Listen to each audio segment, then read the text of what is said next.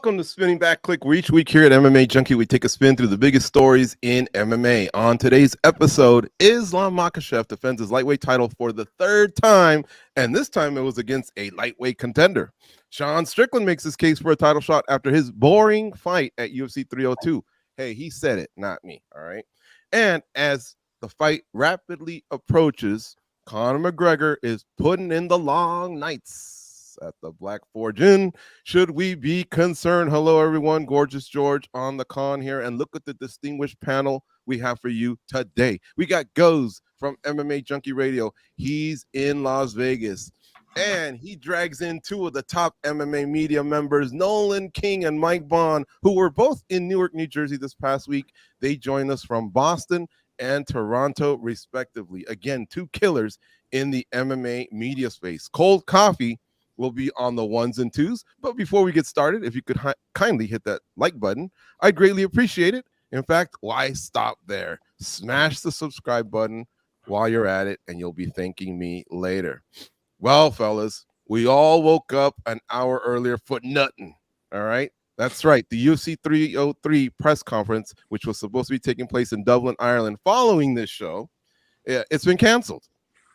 The fuck, right? Are we shocked here? I mean, it is really, really frustrating, and it's starting to get scary. A fight card so big. We had already planned on talking about it on SVC, and maybe not for the right reasons, but this cancellation doesn't help our fears that this main event isn't a lock in any way, shape, or form. So let's get into it. What's your reaction? Like, I know we're going to speculate here a little bit, right? But come on, we can connect dots. Are you guys getting scared? Mike Bond, you get the first take.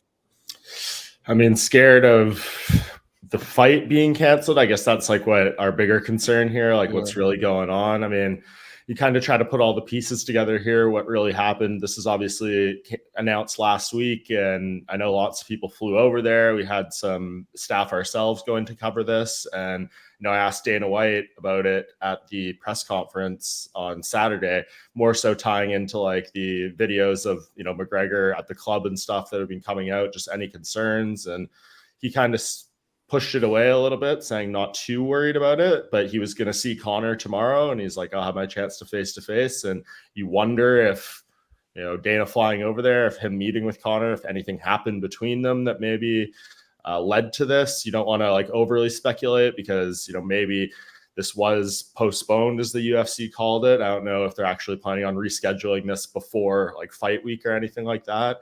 But you wonder, like, maybe something more personal is going on, and that led to this, in which case hope everyone is doing okay. But from what we know, as far as like the facts, Dana went over there after the event. Ariel Helwani reported Makhachev was told before getting on the plane from Florida that this wasn't going to happen, so he didn't get out there.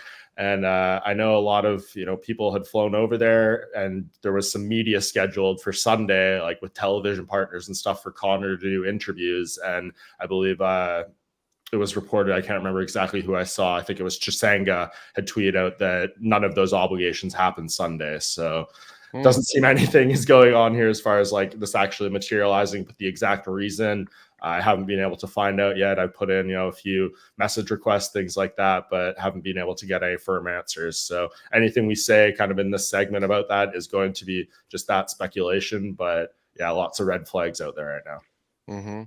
Goes, how about you, man? Let's speculate. No, I mean, seriously, like we follow up with Conor McGregor on social media. He's a very public figure, and we've said that doesn't look like a guy that's training for a huge fight. What are your thoughts here on what might have taken place? I mean, look, if it's personal, obviously, then we hope the best for him, right? If there's something like a family issue or anything like that, but no one's thinking that, and we got to keep it real. But I feel like unfortunately, like, I mean, you don't want to root for that, but that's the only thing that kind of makes sense here. I feel like even if it were a little bit of a tiff or something, I feel like they could still do the press conference and then just work around that. So many people get burned with something like this. Outlets send people. A lot of people, it's not cheap to fly out there, and these obligations. Look, Michael Chandler's always game, so he's not part of this equation. It's just Conor McGregor, man. It's what we're used to. It's just been a while since we've been through it, right?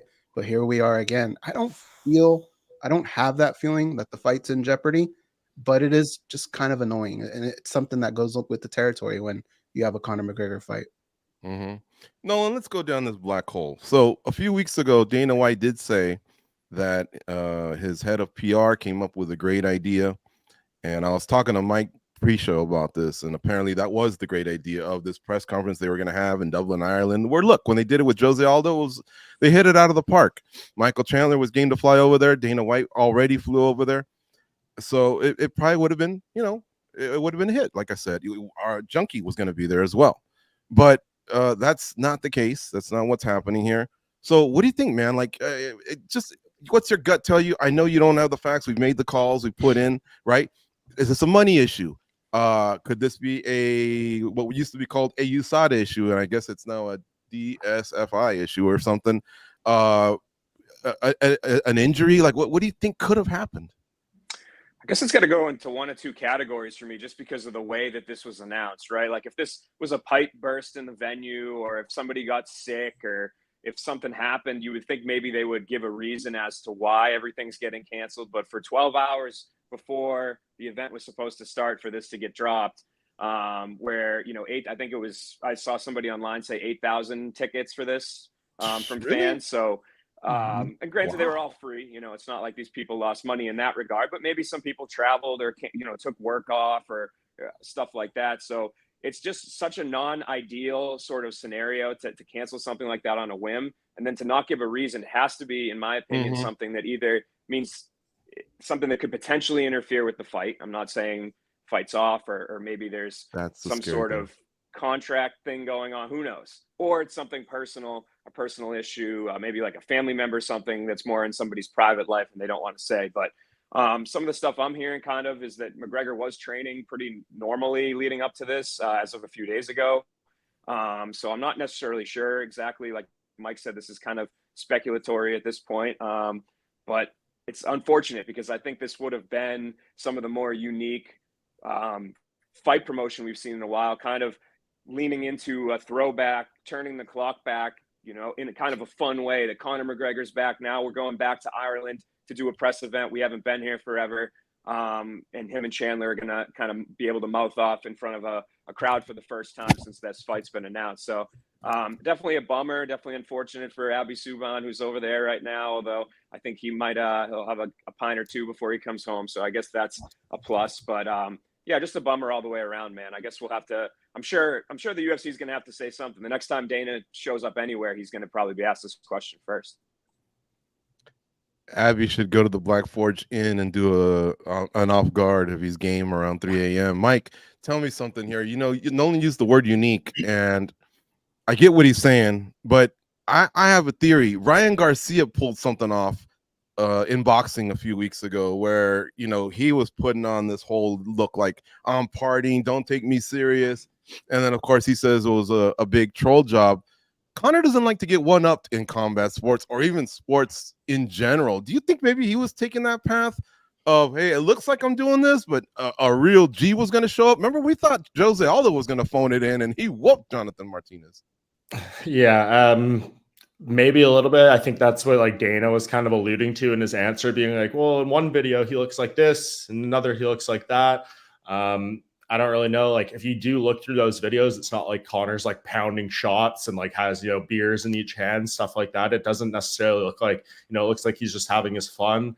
Obviously it's just tiny snippets of parts of the night. You don't know what you're not seeing otherwise, but in those footage, it looks like he's just having a good time, as opposed to, being blackout drunk or something like that. So maybe that is part of the, promising element. I mean, you can still enjoy your life. You're training only so many hours a day. You have a lot of other hours to do things, even if you're in a camp. So maybe we don't want to be too hard on him in that regard. But yeah, there could be an element of that. Conor is the master of mind games. And if you're Michael Chandler, being the astute hard worker that he is, and you wake up for your 6 a.m. session on whatever day and you see clips of Conor at the club 5 weeks out from the fight, maybe it makes you feel a little different going to the training session that morning or whatever it might be. So it could be part of that. With this press conference, like, they didn't need to do it, right? This fight could have happened still later this month without it, and I think we'd still be equally hyped. It would be a nice part of the promotion, and you get some good clips out of it that you could factor into, you know, the countdown show or all these promotional elements. But even if you didn't have it, it would have been fine. So we just hope we get to the fight, because if we want to start going down that road of what happens if Conor isn't showing up, or if this fight doesn't happen, you got a $20+ million gate. You have a pretty weak pay-per-view card in terms of like doing something that could maybe save this event if this fight were to not happen. But as of now, we don't have any concrete reason to feel it won't happen.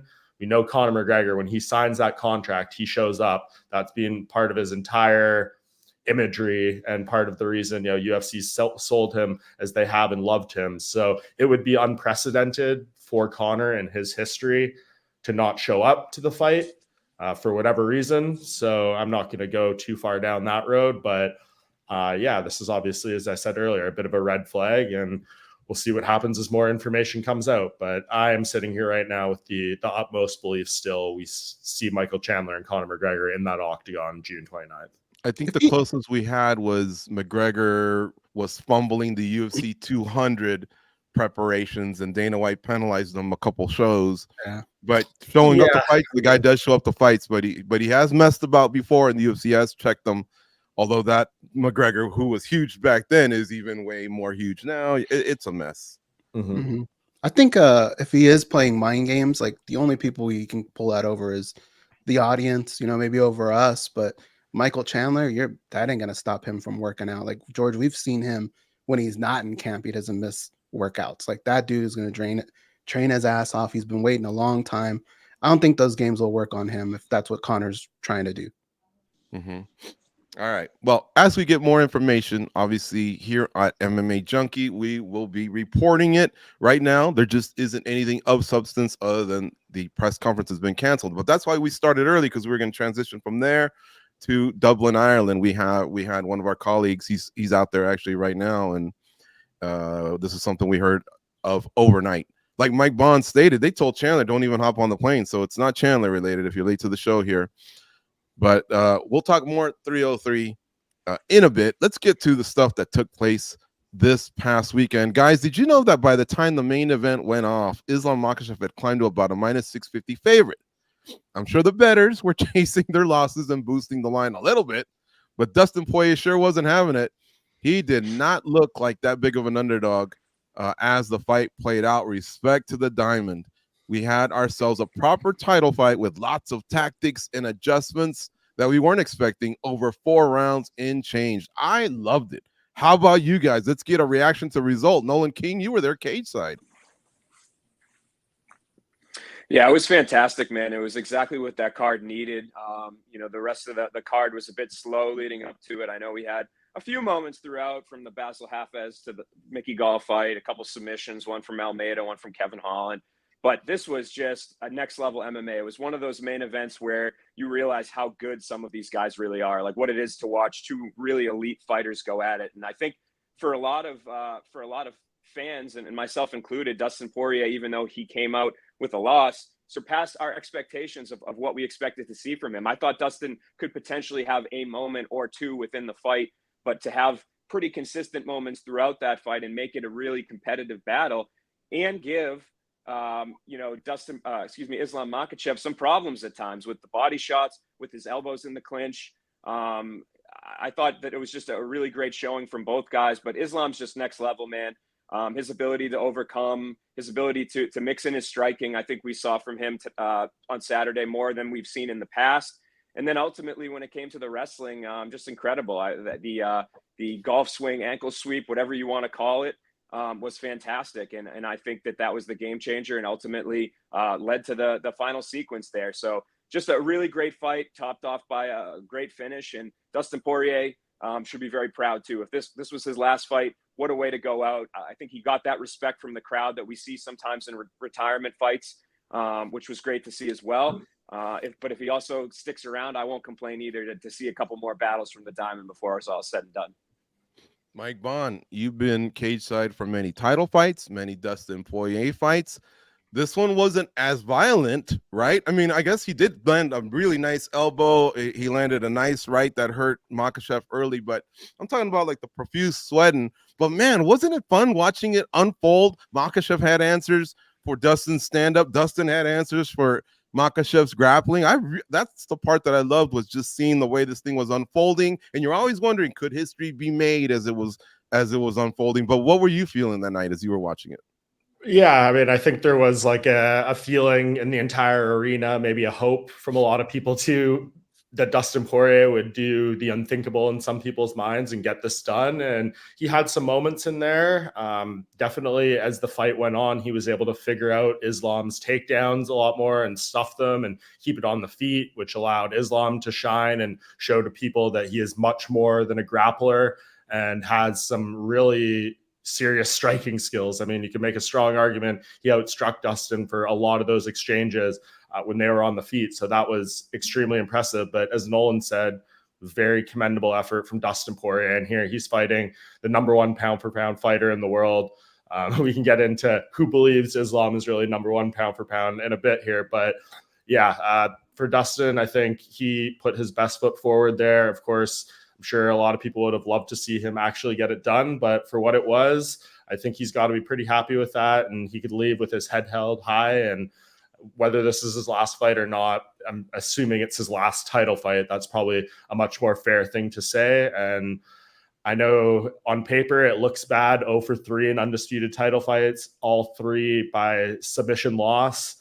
That's something that he might be in kind of a category of his own as far as, historic wise, but when you actually watch the fights, the fighter, all that stuff. I don't think for Dustin Poirier, it's one he needs to be kicking himself and being too upset about. And I think you kind of saw that from him post-fight.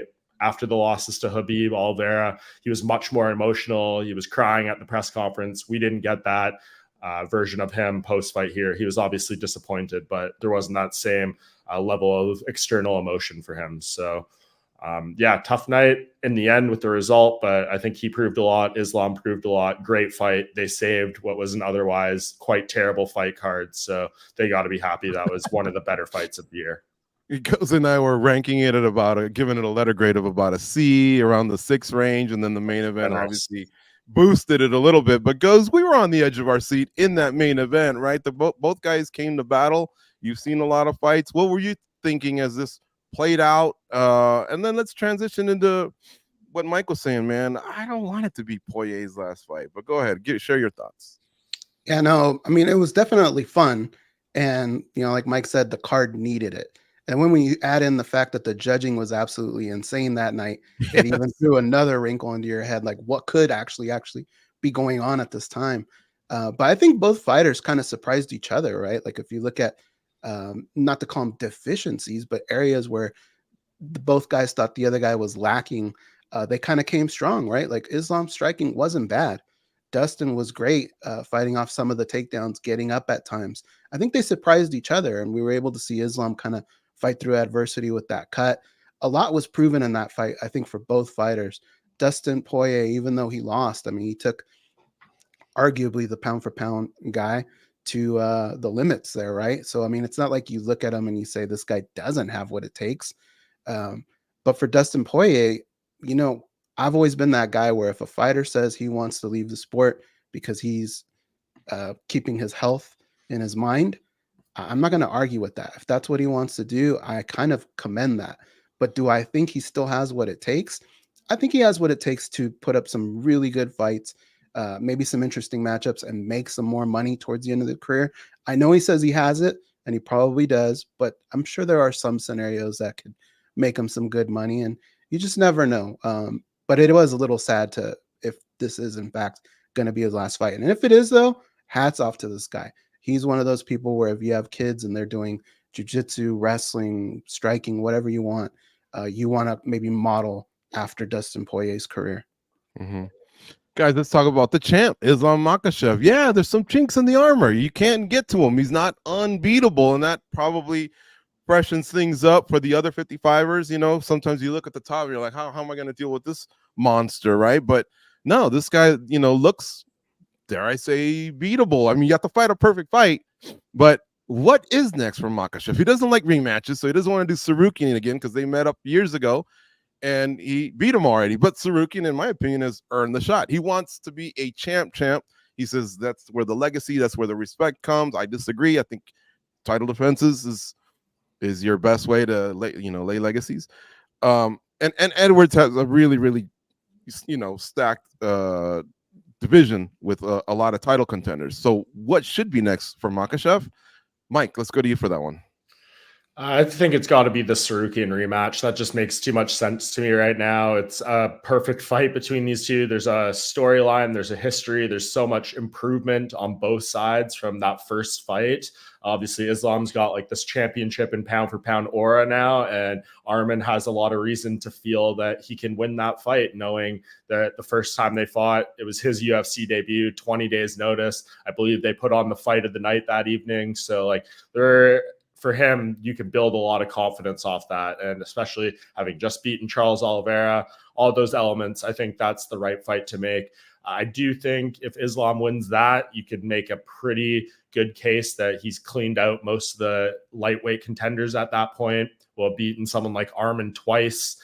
That's at the point where you can start calling for a move up. But then where do things get tricky, right? Like he's got Bilal Muhammad fighting for that welterweight title coming up in July, and if Bilal beats Leon Edwards, then it gets interesting because they've trained together, they have the same management, him and Islam, and I believe I've already seen Bilal say he's not overly interested in doing that fight. And Islam, when I asked him at the pre-fight media day, like what happens if Bilal wins, he kind of danced around the question a little bit, but he went back to, this is my dream, I want to do, have that second belt, and we'd have to figure it out. So I think he would probably be willing to fight Bilal if it came down to that. I'm sure in his perfect world, it's Leon.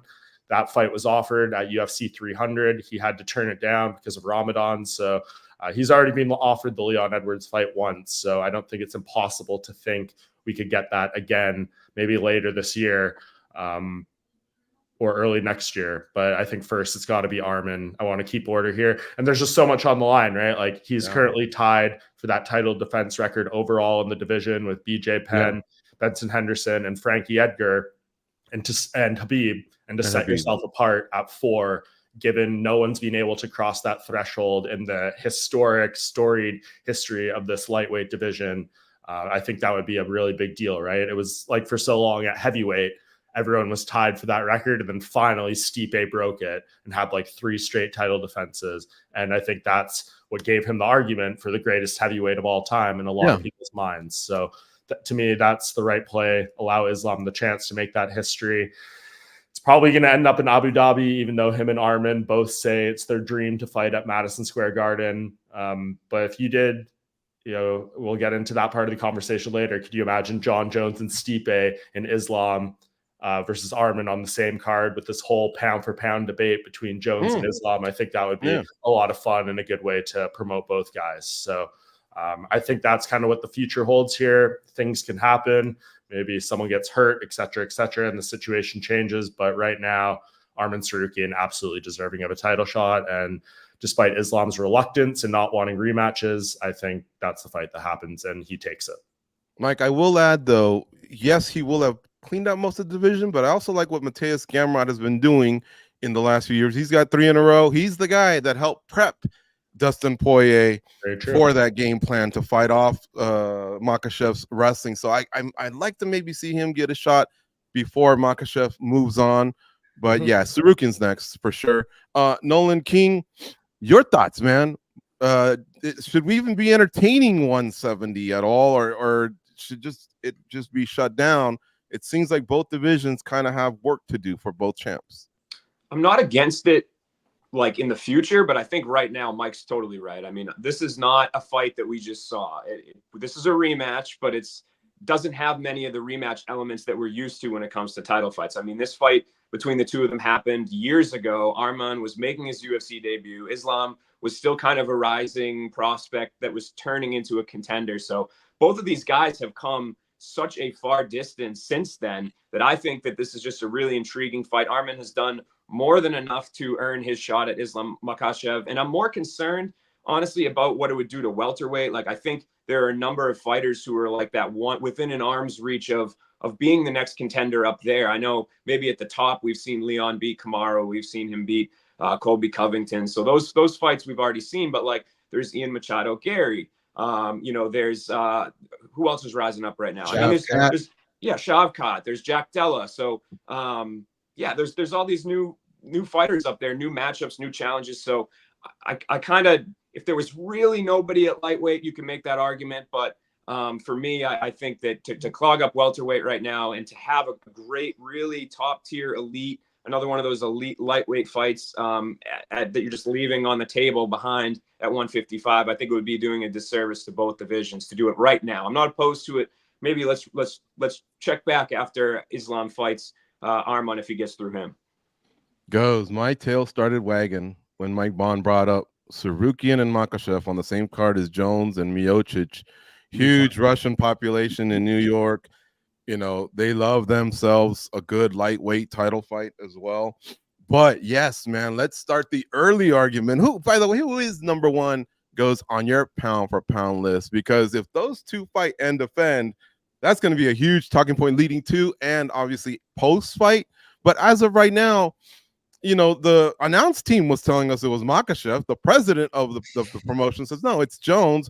What are your thoughts, man, on that topic alone? Makhachev now has his third title defense, so he's 11 short of what Jones has done. Jones also has another belt to boast, right? Except he's only fought 8 times in the last 10 years and 1 time in the last 4 years, whereas Makhachev has kind of been, you know, doing work here these last few years. Well, I mean, it's an argument that we got to be careful with. It's ended friendships, family relationships, right? I mean, it's starting to get heated out there. But look, anytime you hear the broadcast team, you hear Dana White, look, I feel like what they're really trying to do is say, forget about Francis Ngannou. This guy's the man, right? Like, it's just, I don't know. I've heard so many different arguments. I feel like it's John Jones. I don't disagree too much with the points that are made on the Makhachev side. But for me, like, I just feel like as long as he remains active, because right now he feels like Jordan when he went to go play baseball. He's just kind of there, but not really. But he has 2 belts, you know, in 2 different divisions. And that's why we kind of even bring up pound for pound, is usually fighters aren't supposed to do that, right? So he's never lost. It's just activity that's really, really killed him. And the fact that he hasn't been able to face Francis Ngannou, I mean, those are the holes that we poke at him, right? For Islam, I think what he's done is tremendous. I think he should just follow that GSP blueprint and just be a monster in your division. All right. Yes, you're going to break a record, but you know what? Pile on that record. So the next guy has an even higher mountain to climb. And then at the end, maybe challenge yourself and do 170. And he's working at such a high rate that it doesn't even really have to be towards the very end, but just give it some time. And then maybe look at doing something at 175 or at 170, because look, you know, some people are going to poke holes, right? Like they're going to look at the first 2 fights with Volkanovski and say, look, that's a 145. And I get it. Volkanovski was game though, right? He took it to him the first fight. The second fight's a little bit harder to give him a pass for. But I don't hate the fact that people bring up Makhachev in that same conversation. But I just feel like as long as John Jones is still around, I think it's got to be him. Okay. Mike, I know you had a friendly debate with Dana White about this. You presented the stats like you do, and you think right now it's actually Makhachev. Yeah, I would put him there. And again, like when I got in that exchange with Dan, that wasn't me necessarily making the case for Islam. I was asking him, like, what in your mind would allow Islam to get to number 1? And then my follow-up was just like, you know, I guess from the skeptical point of view, he's being very active and Jones has only fought so many years. So like, why are you kind of putting it and calling anyone who ranks him number 1, Islam Makhachev number 1? Would he say they're nuts, even though, and they shouldn't be on any panel or something like yeah, that? when they're literally, the UFC's own rankings has Islam at number 1. That's just like a whole other thing. And I know we have him at number 2. I would have him at number 1. I know that's, you know, a lot of your power wielding there, George, with our own personal rankings. And I'd like to hear your explanation too, kind of at some point in this segment. But yeah, I mean, look at what Islam has been doing. Look at his past few fights. I believe going into when he fought Charles Oliveira in the UFC's rankings, Charles was number 2 or number 3 on their pound for pound list. Volkanovski was number one both times he fought him. When was the last time John Jones beat someone in the top 10 pound for pound, like Daniel Cormier 7 years ago or something like that? Right. And there's lots of debates. You could say, oh, well, Islam almost lost a decision to Volk in their first fight not long ago. Well, John Jones almost lost to Dominic Reyes in his 2 fights ago. So there's holes that can be poked in everyone's argument. It almost felt like Dana was kind of confusing like the GOAT debate with the pound for pound debate. Like, no question, John Jones' overall career significantly better at the moment, more bigger wins at the time, etc. But to me, pound for pound is more of like a recency thing. What are you doing at the moment? What kind of wins are you putting together? Who are you beating? How are you beating them, etc. And I know you could say, well, he just went tooth and nail and was cut up by Dustin Poirier and only put him away in the last round, where Jones went in there and won his last fight in 2 minutes. But who's proven more in the sport at this point, Ciryl Gane or Dustin Poirier? I think a lot of people would say Dustin Poirier. So, yeah, I mean, and I don't think if that idea does come to fruition where they're both on the same card, and you're gonna be like, oh, John Jones gets to keep his number one pound for pound for beating a 43-year-old Stipe Miocic who hasn't fought in 4 years, and you're gonna punish Islam for beating Arman Sarukian, who's a 25-year-old killer at the peak of his powers, things like that. So to me, I do think Islam is doing things at a bit of a higher level right now, and not trying to diminish anything John Jones has done. He is amazing and had an insane career. I just would like to see a little more activity. If he was fighting twice a year against the top contender, I think he's that guy. But right now, lightweight, a much tougher division. He's fighting the more competitive guys, the more relevant guys at the moment. And I think you reward him for that. Mike, I know that there is, he hasn't fought in a while, but the pound for pound's about challenging yourself, right? And how big of a challenge is going from 205 to face monsters at heavyweight? That win doesn't kind of make up a little bit for the inactivity, just a little. I mean, that is a big feat, man, to go up there and do that. It was a good win for sure, but like, we're sitting here, we're pretending Ciryl Gane didn't just get like out wrestled by Francis Ngannou and lose the decision 2 fights before that. Like, Ciryl Gane's good and stuff, and I know he was ranked, but he was only ranked where he was because Francis Ngannou was gone.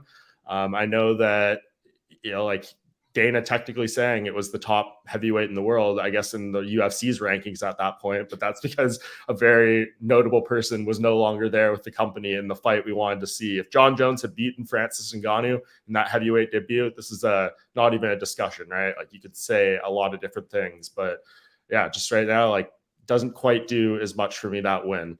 Even though you're talking about moving up. Volk is a featherweight, right? And the second one, he barely had any time to prepare. I mean, that's not Islam's fault, though. Charles Oliveira pulled out of the rematch. Nobody's putting a gun to his head to take the match. Gamrot could have fought, right? Okay, well, he's supposed to be next. You want to compare who did what when he pulled out, when Charles Oliveira pulled out of that fight? What did Islam Makhachev do? He didn't hesitate for a second to take that rematch with Volk, where he had so much to lose. What happened when Dan Henderson pulled out of UFC 151 and they wanted Chael Sonnen to go in on a week's notice? John Jones said no, and they canceled the entire event. So Islam Makhachev's mentality is towards that stuff is clearly different. He's there at the press conference saying it makes no sense to rematch Arman Sarukian, but if Dana calls me and says that's the fight they want, I will take it. No hesitation. Let's go. I guess for me, like, and this is my feelings about the pound for pound in general, is like, this is a debate on making, I mean, this initially, the pound for pound debate came in so that lighter guys would get more credit for their abilities within their division. So the fact that somebody took a fight here or didn't take a fight there, I don't think is really relevant to this conversation, but it speaks to a bigger thing, which I think this argument in general is so arbitrary and people have so many different definitions of it that, not to rain on everybody's parade, but I do think sometimes people get really carried away with something that doesn't necessarily have a clear definition. This is very subjective. But for me, if I'm going to give my definition, if I'm going to kind of go draw a line here, I think what Mike said to start, which is that it seemed Dana was confusing the greatest fighter of all time with the greatest fighter right now. It's the same reason why I don't have Anderson Silva in my current middleweight rankings. It's because he's done great things, and we can talk about it in terms of a, lifetime, the greatest middleweight ever. But right now, he's not the greatest middleweight ever. So I kind of view this as a similar thing within this sort of fanatical debate about what it means for somebody to be better than somebody else that are you know, one guy weighs twice as much as the other one. So it's weird, but I think you have to go with Islam right now. For sure. And it makes sense. Like, what's pound for pound, right? Like, how would someone's skill set translate at any weight class? Like, John Jones and Islam Makhachev are both insanely well-rounded. They would do, you know, if you blew them up or shrunk them down to any weight, they would be extremely successful in any division. So it is splitting hairs. That's what I put in my column yesterday, to Nolan's point. Like, this is all fictional. It literally means nothing pound for pound. Like, it's great to have the title attached. I know it means a lot to Islam to be like noted as the best fighter in the world. It clearly means a lot to John Jones too, given some of those tweets he was putting out in response to Dana's comments and to Islam's performance. So yeah, we could sit here and literally talk about this all day, because there's no true correct answer on what it means. It's subjective. Everyone has their own opinion. Everyone has their own things they value, but it is a debate we have. And I think there's points to be made on all sides here. But me personally right now, I'm sitting here covering 2 Islam Makhachev fights a year. I've covered 1 John Jones fight in the last 5 years. So it's kind of hard for me to sit here and talk about a guy I never see fight. I think by the definition of what would happen, the only guy we don't have to ask that question about is John, because he has done it. He has gone up into another division and he won a belt. We have to ask that question. Still, Islam wants to do it. And again, so if Islam goes up and wins that title, Leon Edwards beats Bilal and is on a 14 fight unbeaten streak or whatever it is, 13 fights, and Islam beats him, then what happens, right? Like, does that undeniably lock up his case? And if he does, from what it sounds like talking to him, it doesn't sound like he wants to do like a permanent vacate the title, move to welterweight. I think he wants to do both, which I don't think that would be possible, given he needs to take a portion of the year off for Ramadan and stuff. I don't think you could do those 2 divisions, given, as Nolan said earlier, how deep they are, especially welterweight coming up. It'd be hard to juggle, but from the way he's talked about it, it seems like he would want to go up. If he wins that title, he would still come back down and defend it against whoever emerges as the top contender at that time. So if he was able to pull something off like that, that's a game changer. But right now, I think, you know, his big goal is get that belt at 170. And I think that does alter this argument a lot. All right. Great job, guys. Great debate. No one's wrong. It's subjective. I wish I would have made some popcorn before we started this segment. Mike and Goes are like 2 dudes in an apartment. Hey, turn the volume down, Goes, with the broom hitting Mike, and then Mike turning it up on purpose even more. We're scrapping over this later when I come to Vegas. Why do I have to be the old man with the broom? Why can't I be the other guy? Well, I don't know, but it was you both brought up great points, and honestly, this thing could shift from fight to fight. Jones's inactivity does hurt him, but the fact that he's won 2 titles does help him. There's no right or wrong. I want to know from the chat, what do you guys think? Just give me a simple answer: Jones or Makhachev, or keep it simple and tell us what you think. Maybe we'll circle back to it, because this has probably been my favorite part of the show. Wanted to give a quick shout out to David Warman, who's watching from Scotland. Billy247, he's in Dallas, Texas. Elegance Betgidio or something like that. He says he's a fan from a flag I don't recognize, but it looks Portuguese or something like that. That green and red. I'm not sure. But anyway, if you want to leave a comment, please do. Nicholas Alvarado, I'm seeing you. Go ahead, have fun, do your thing. But man, put down the Red Bull, buddy. You're jumping from topic to topic. Kind of follow suit how the show's going. Stop acting like a twat. All right. The one thing that Dana White did say, and I'm going to chime in on because we got to move on, is just he said John Jones is the greatest combat sports athlete ever. Man, we could spend a whole hour just on this alone, but I just don't think he's there yet. I think what Henry Cejudo was able to do, which is match John Jones, except he did it simultaneously and defended each one once, and then has a gold medal to show. That's impressive. And then the other one I can think of is Alex Verjeda, multiple division winner in kickboxing at the highest level, and now in the UFC. I mean, he would have an argument. When you can do it in another sport at a high level like that, that should be taken very, very seriously. And he also said John Jones is like the only one who's taken a multi-year layoff and come back and performed at that level. I believe a fellow Canadian of mine, Mr. George St. Pierre, did something similar when he came back. And you know, you could make an argument about where Michael Bisping was at his career, but he basically did that same thing. So it's not. And he also said if Jones walks into a room with another person, John Jones always comes out. He's probably right, but man, I still have the doubts on who walks out between Ngannou and Jones. I know 2 years ago I didn't think John Jones was going to be the one walking out. I don't know. Francis hasn't been training as much. MMA's been boxing, but see, that's a question that Dana White couldn't answer for us. They couldn't make it happen, and that's why there's these doubts that are out there. All right. Let's move on. they had obviously 11 other fights out in New York, New Jersey. Let's go to that co-main event between Sean Strickland and Paulo Costa. What did you guys think of this fight?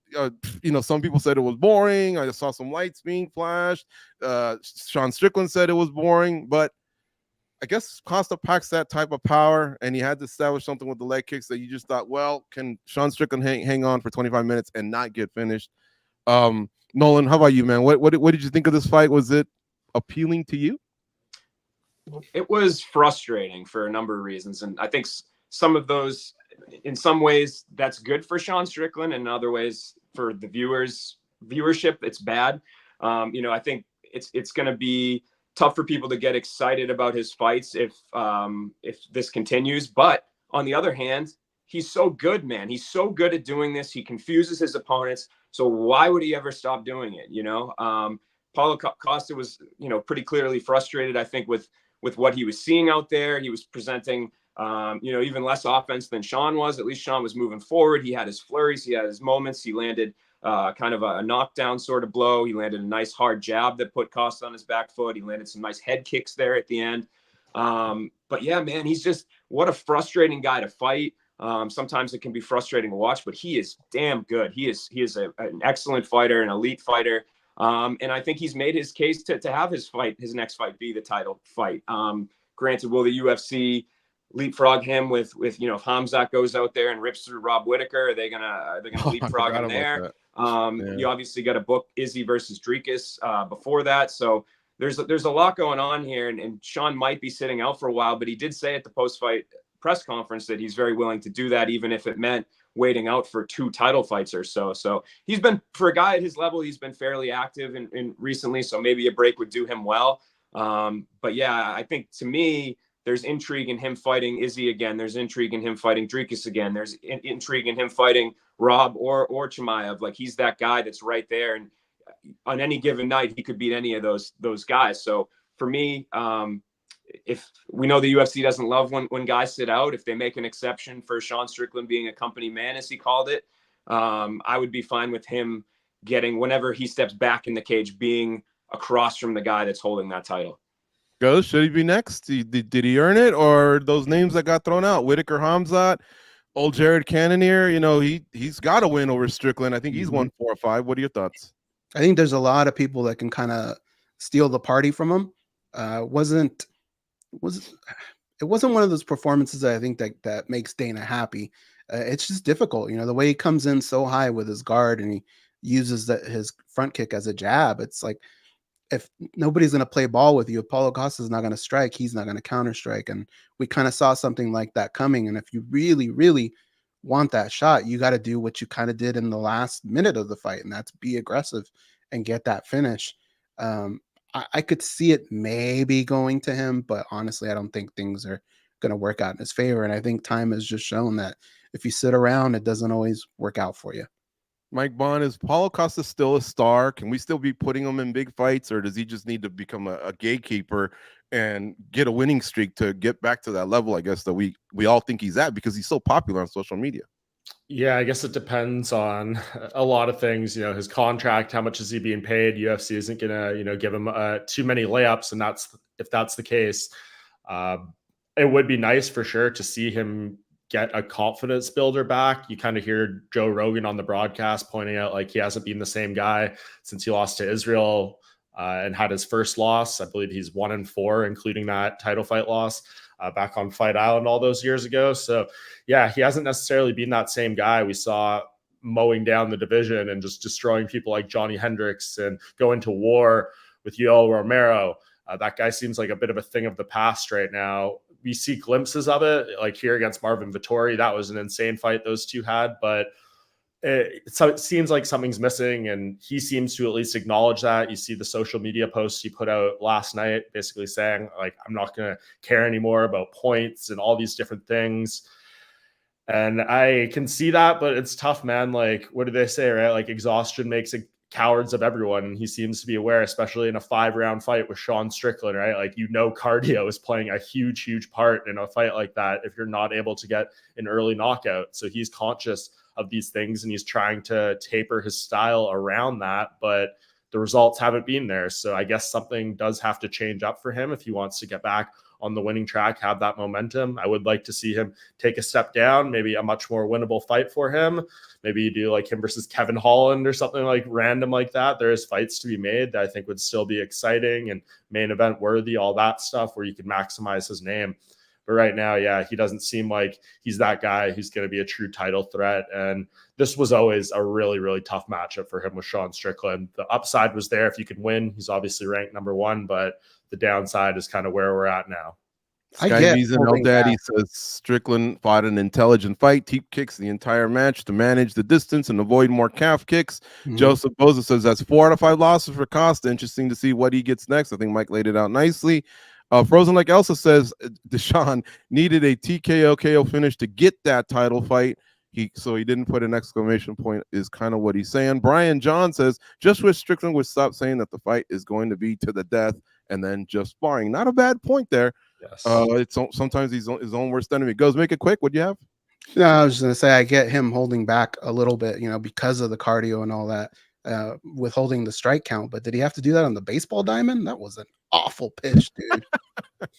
It was an awful pitch. Let's get back to 303 talk, guys. I got to catch the show up a little bit. Ian Gary versus MVP. That's looking pretty good now. The fact that another Irishman were having trouble corralling him to just a press conference, I definitely don't want to jinx it by saying I wonder what might happen later this month. But any thoughts on this matchup, Nolan King? Yeah, it's great. I think it was the fight to make. I know a lot of people had kind of hoped that it would be in Manchester on that card, but to me, I think this is a great moment for Ian Gary in his career to be aligned with one of the most prominent or the most prominent, most famous, biggest superstar mixed martial artist of all time, and somebody from his same country. So I very much dig it. It seems like they'll be opening the main card according to the lineup that they showed on the broadcast, which is kind of interesting. I guess one of those scenarios where they want you to tune in from the start to the finish. We've seen them do that a few times in the past, but it's a great fight. In terms of the division, I think maybe it has potential to be frustrating, right? Both of these guys are very technical. At times, I'm not ruling out that there's going to be. In my brain, I don't think it's going to be necessarily like a barn burner, but I think it could be for those fans that are interested in the technique and in the technical side of things. It could be, quite the battle in that realm. Goes, can Ian Gary win over that Irish crowd, that Conor McGregor tends to bring to these big fight cards? Undefeated, brash talker, but kind of cringy at times. Yeah, I mean, I don't think it's impossible. Honestly, what I think is difficult for him is to kind of use a pro wrestling term. Like he's in a division other than Colby Covington that's just full of baby faces, so it's hard for him to really get over on any of these guys. But I think it's possible that he could win over that Irish crowd at least. Mm-hmm. All right. Well, we'll see. I think it's a great addition to the card. How about Carlos Ulberg stepping up to fight Jamal Hill as Khalil Roundtree obviously has his problems with some testing, I guess. Mike, you like this fight? Should Ulberg have is he pouncing on the right opportunity, or can a lot go out the window because he's obviously built himself into a solid 205er? No, hell yeah. This is a great opportunity for him, and he absolutely should have pounced on it. I mean, it's 6 wins in a row. This is the natural progress of things. For someone like himself, maybe usually you wouldn't get this big a leap if it wasn't under these circumstances where there's maybe a replacement, things like that. But could you look at the top 3 or 4 in the division and be like, who would be a better opportunity for Carlos Ulberg to launch himself into that? No, it's a Jamal Hill who is coming off a quick knockout loss, making a turnaround, a serious injury, all that stuff. There's a lot of questions to be had around Jamal Hill here.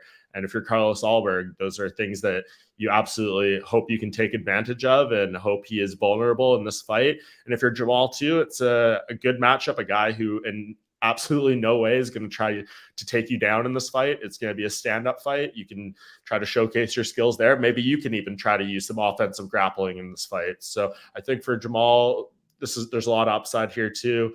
But for Carlos, this is the one where he has a ton to gain and can transform the entire imagery of his career. Because if he wins this, he is in the title conversation. Mm-hmm. All right.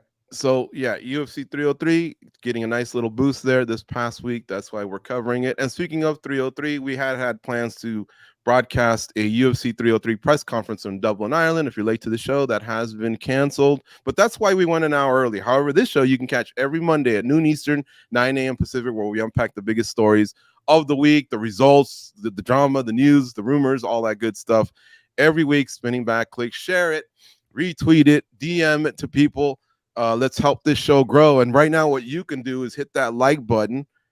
Helps the algorithm, baby. And of course, subscribe, because this channel puts out great content. If you're an MMA fan and you haven't heard of MMA Junkie, you better catch up. We've been doing this for a long time. We've won awards. We got the best journalists that work their asses off to produce the best content. So again, subscribe to the channel, like the channel, go ahead and leave some more comments. I'll try and get to some as we're starting to wrap up the show.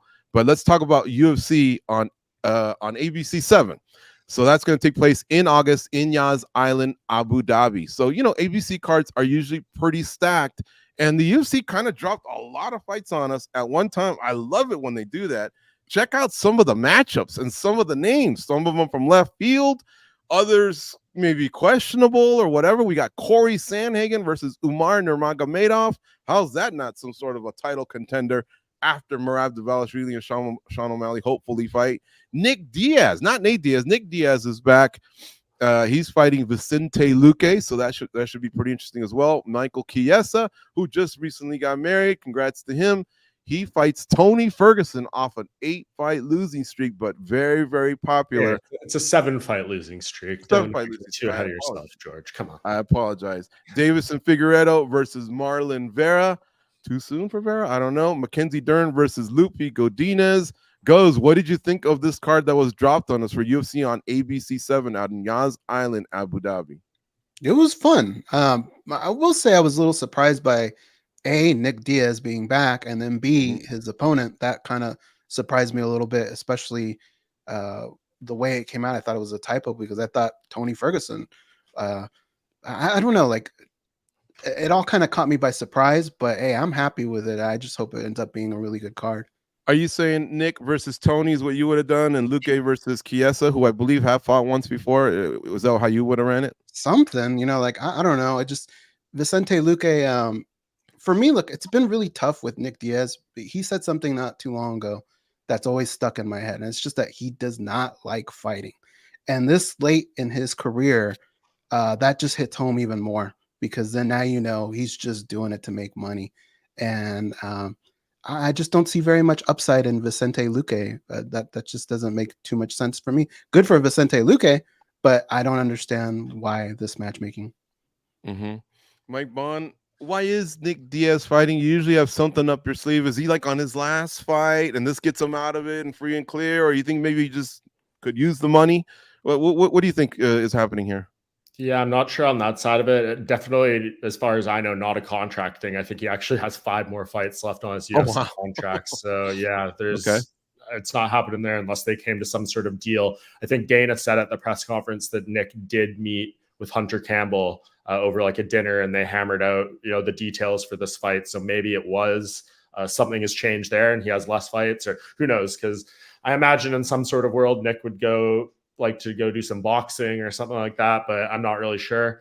As I believe who said in the comments here, someone pointed out Mark England, perfect opportunity for them to have done Diaz versus Ferguson and one of them get a win. Like, yeah. I think that's the way I would have played it. At least it would have been sad for the loser, but at least one of those guys would have had to win a fight, unless we got like a draw or something. But yeah, I think that's the direction I would have gone. This is another one with Nick Diaz you're going to be watching through your fingers a little bit. I know Vicente Luque seemingly isn't quite that same guy after coming back from the brain bleed and everything, but he is still in pretty prime form. He is still a dangerous guy, and I'm sure he's going to be extremely motivated to put a scalp like Nick Diaz on his resume and fight hard for that. So that's a little bit scary on that side of it.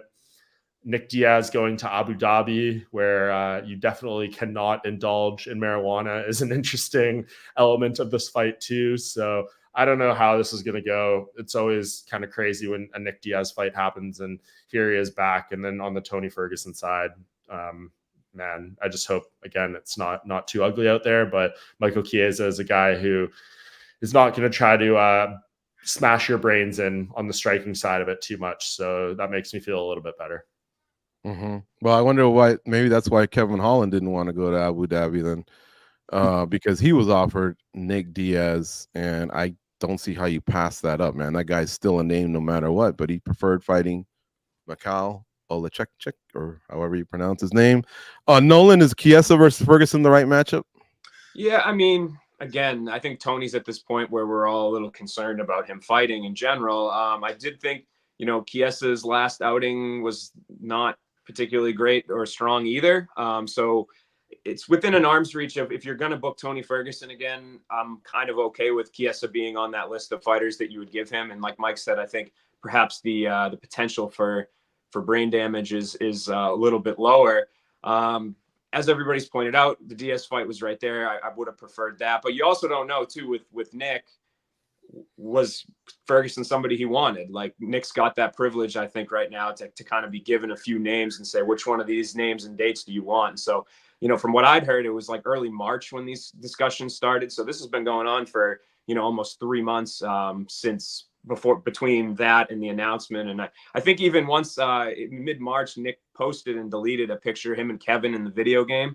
I don't know if people picked up on that. So this is maybe the meal he went with in St. Louis with Hunter Campbell was more about the kind of the fine details of the contract or which opponent and date specifically. But this has been being discussed for close to 3 months, if not longer now. So I'm sure that this is a fight that he wanted to some degree. Is just my feel on it. Why that is, I guess we'll have to ask him if we get access to him. I'm not sure if we'll see him at any press events coming up here, but yeah, kind of out of left field. Mike, you're going to leave us in about a minute here. So 15 seconds. Should this be Tony Ferguson's last fight? Yes or no? I'm going to say yes. Okay. Please. That's pretty fair. Pretty fair. Even on a win, it's nice to write off on a win. All right, Mike Bond's going to leave us here. Thank you. As always, great coverage out in Newark, New Jersey. He's got some big names to interview, so he'll bounce right now. Yes. And Nolan and Goes, we'll wrap up the show a little bit here. Figueiredo versus Marlon Vera. Goes too soon. Marlon Vera didn't get knocked out, but he got lumped up. He didn't get knocked out, but he looked like he had been in a car accident, right? Like, I think you have to not just let your body heal, but your mind a little bit and get back in the right place and figure out why things didn't work, get better, because that performance was it's not what we're used to seeing out of Marlon Vera. So yeah, I'd say a little too soon. And Nolan, let's look at the top of the bill yet again. I mentioned the fight, but we've kind of been talking about the bigger names, the more popular names in Ferguson and Diaz, but we do have Sandhagen versus Nurmagomedov. Nurmagomedov says people turn down fights against me, and then Sandhagen, boy, man, that guy, he's an exceptional fighter, but he's just kind of, that loss to Sterling a few years ago has kind of haunted him, and lost to Peter Yan has kind of haunted him, but that guy's, a pretty legit bantamweight. Yeah, it's a great fight. Honestly, that card is sneaky, yeah, pretty fantastic now too, and checks a lot of boxes. It has that name recognition. It has those important fights for the division. But yeah, the main event is just fantastic. I know we were supposed to see this last year in Nashville, and that didn't work out with Umar pulling out of that fight. But to me, the faith that the UFC has in Umar is very evident, giving him these big name matchups. And Corey Sandhagen's just like that guy that hovers at the top of the division that, if they matched him up with anyone at bantamweight, he would provide some serious problems and potentially beat them. So to me, this screams out title eliminator of sorts. We still need the Sean O'Malley versus Merab fight on the books to really kind of start using that language. But I think the winner of this likely in the UFC's eyes will be next in line. A lot will have to happen. Will Sean O'Malley try to move up after, if he were to beat Merab? What if Merab wins? There's all these questions that we got to answer. But in my brain, this guy is getting in the winner of this is stepping into the on deck circle to be next up at bat. Yeah, this whole deal with fighters just wanting to add that second belt, it's starting to drive me nuts. Mm-hmm. But we got to get to it first, right? We got to get to Dvalishvili versus Sean O'Malley. But yeah, that's a great card that they dropped on us. Better than some pay-per-views that I've seen in the past, in the recent past at least. So bravo to the UFC. I like the way they just dumped it on us as well. All Can I right, say folks. something real quick, George? Yeah, go ahead. Hats off. The chat today, you guys were good. Really good. A lot of names that we've been recognizing. Great takes in there. Good job. Good contribution. Yeah, for sure. And of course, if you made it late to this live showing and this live broadcast, you can just immediately, it'll be uploaded to our YouTube channel, youtube.com/MMA Junkie video. And you can basically go back and catch it. That's why some of you are seeing comments that are trailing a little bit from the earlier topics. But yeah, you can catch it. And again, please share it, retweet it, DM it to someone, email it to someone, help us grow it. Right now, what you can do on the way out is smash that like button and subscribe to the channel. It's all free and easy to do. And like I said, you can count on this show every Monday at noon Eastern, 9 a.m. Pacific. Want to thank Nolan King, Goes from MMA Junkie Radio, and Mike Bond, who had to depart a couple minutes early. A big shout out to Cold Coffee. He's the guy that kind of holds it together from the background. Some of you ask about the cool artwork. That's our boy, Abby Subhan. He contributes to the show as well. And then a special shout out to Danny Segura, who's kind of taken the realm a little bit in putting the script and the ideas together and kind of quarterbacking this. So if you've seen it tightened up in the last couple months, that's due to Danny Segura. So big shout out to him. We're out of here for now. Go out and be a champion. We'll talk to you next week.